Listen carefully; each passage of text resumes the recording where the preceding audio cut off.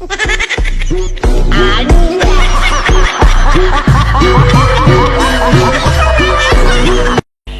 lagi.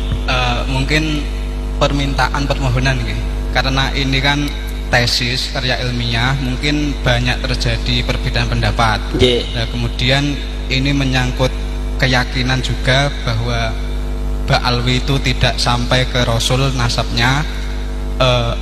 Secara ilmiah kan hukum-hukum itu kan melalui ilmiah, tapi yang secara hakikat kan hanya Allah yang tahu. Nah, untuk mengetahui ini sudah sesuai dengan hakikatnya kan hanya Allah yang tahu, karena ini tarafnya ilmiah. Nah, kayaknya ini tes DNA juga mendekati tuh. Nah, pertanyaan karena hukumnya apa? empirik gitu. Permohonan saya itu mungkin karena tema tesisnya itu memutus nasab.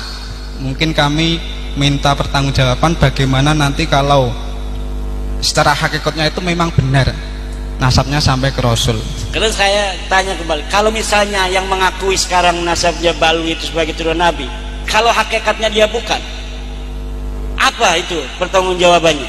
Dan maksudnya ini kan bentuk perlawanan dari jawaban jenengan. Tapi seumpama kalau memang hakikatnya benar ataupun salah, kalau salah kan kita sudah sesuai. Cuman kalau hakikatnya benar itu nanti bagaimana ngeten? Iya, orang-orang yang mengakui itu, yang karena mereka mengakui Ba'alwi sebagai turunan Nabi, kemudian mereka menghina orang itu, kan berarti mereka itu membantu Ba'alwi berbuat maksiat.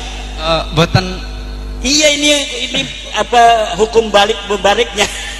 Maksudnya orang dari yang hari pertanggungjawaban ini ketika nanti dipertanggungjawaban oleh Allah ngaten loh.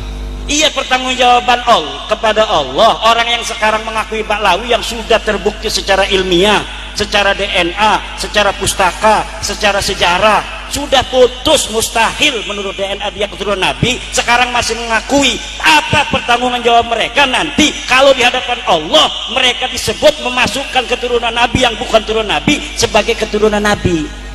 Itu karena apa? Karena dalil mereka tidak ada. Yang ada dalilnya yang membatalkan nasab Ba'alwi. Yang Muhyiddin nggak punya dalil sampai sekarang. Muhyiddin siapa yang bisa bawa dalil bahwa Ba'alwi turun Nabi? Datang ke saya. Nggak ada. Mustahil mereka turunan Nabi. Itu masalahnya. Kita punya dalil, mereka nggak punya dalil. Yang nggak punya dalil harus ngalah. Mereka nggak mau ngalah, ya udah nanti hakikat itu sesuai dengan dalil. Terus terang saya kasihan dengan jamaah itu, karena dia itu sudah menyatakan diri mengikuti Kiai Haji Imaduddin. Tetapi dia tanya, Kiai Haji Imaduddin ini berani nggak bertanggung jawab? Nah, kira-kira kan begitu. Artinya siapa yang bertanggung jawab di hadapan Allah nanti?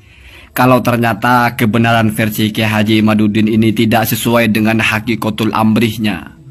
Karena seperti yang sering saya bilang, orang yang berstatus sebagai dzurriyyah Nabi secara darah tersambung itu ada. Mau kamu tolak, mau kamu isbat itu nggak ngaruh. Kebenaran itu tetap kalau secara hakikat Allah yang tahu. Kiai Haji Imaduddin ketika ditanya, gampangnya itu siap enggak Kiai Haji Imaduddin bertanggung jawab di hadapan Allah nanti kalau ternyata Ba'alwi adalah dzurriyyah Nabi. Berarti selama setahun lebih Kiai Haji Imaduddin menarasikan mustahil. Itu menjadi narasi yang menyakitkan dzurriyyah Rasulullah SAW, memfitnah mereka. Bahkan berarti itu juga berdusta atas nama Rasulullah SAW, karena ternyata dzurriyyahnya dibilang bukan dzurriyyahnya. Kan itu pertanyaannya, berani nggak bertanggung jawab? Atau siapa yang mau bertanggung jawab? Jawabannya malah diputer-puter, dibalik. Kalau ternyata Ba'alwi bukan dzurriyyah Nabi, apakah mereka siap bertanggung jawab? Saya jawab, Kemat, kalau saya siap bertanggung jawab di hadapan Allah. Orang jangan cemen, berani kita mempertegas. Ini begitu mustahil, begini begitu. Dimintai tanggung jawab, ditanya kesiapan untuk bertanggung jawab, muter-muter. Malah tanya balik, kalau ternyata misalnya Balawi bukan durian Nabi, para pembelanya itu berarti menolong kemaksiatan, membantu Balawi berdusta atas nama Nabi. Ya silahkan kalau Anda berpikir begitu. Cuman kalau masalah tanggung jawab, ya saya siap bertanggung jawab. Dan selain saya yang siap bertanggung jawab, ya ulama-ulama itu juga mesti bertanggung jawab, Kimat. Tidak ada ulama itu menulis sesuatu yang dia tidak berani tanggung jawab. Itu bukan ulama, itu tukang jamu. Berkuar-kuar sana sini dimintai pertanggungjawaban tidak sore. Saya gampang menjawabnya. As-Sakhawi mesti bertanggung jawab ketika menulis nasabnya salah satu sada Walawi tersambung, Ubaidillah bin Ahmad. Ibnu Hajar mesti bertanggung jawab. Jadi kalau kita ikut ulama, inilah penting, kita jangan asal ikut orang. Ketika ditanya bertanggung jawab apa tidak, berkelip. Ya. Walaupun sebetulnya mau tanggung jawab mau tidak itu bukan pilihan. Mau tidak mau setiap huruf yang dinarasikan oleh Kimat ini akan dipertanggungjawabkan nanti. Jadi mau siap tidak siap nggak ada urusan. Sudah tahu begitu kok cuma mau ngomong saya siap aja kok muter-muter gitu ya. Ini kayak jadi semacam masalah secara psikologis. Begitu meyakinkan Anda bilang kebenaran ini mutlak bahkan ya mustahil. Tapi ditanya siapa yang bertanggung jawab, malah nggak jawab. Malah puter sana, puter sini. Ada apa sebetulnya gitu loh. Pertegas saja saya yang bertanggung jawab. Kalau ditanya lagi siapa selain Kimat yang bertanggung jawab? Syekh Mukbil, Wahabi itu. Kemudian siapa lagi? Syekh Sukri Murad. Kemudian siapa lagi? Syekh Al-Akili. Itu jawablah. Jangan selalu merasa keren gitu, berani berkuar-kuar, tapi ketika ditanya bertanggung jawab nggak di hadapan Allah, nggak berani. Ya. Kalau saya sih mikir mau ikut orang yang seperti ini ya. Artinya apa? Semua itu di dunia ada catatannya, ada hukumnya. Anda menuduh-nuduh orang memalsukan nasabnya, Anda menuduh-nuduh orang mencangkok nasabnya, Anda menuduh-nuduh orang berdusta, mengaku-ngaku sebagai cucu Nabi, itu ada catatannya nanti. Ketika misalnya ternyata mereka yang Anda tuduh itu benar, ternyata mereka dzurriyyah Rasulullah, ya nikmati saja ya, Anda dan pengikut-pengikutnya. Tetapi kalau Anda tidak bersiap bertanggung jawab, ya kasih tahu kepada pengikutnya, ya saya tidak siap bertanggung jawab sih kalau salah. Cuma ini menurut saya ini yang benar.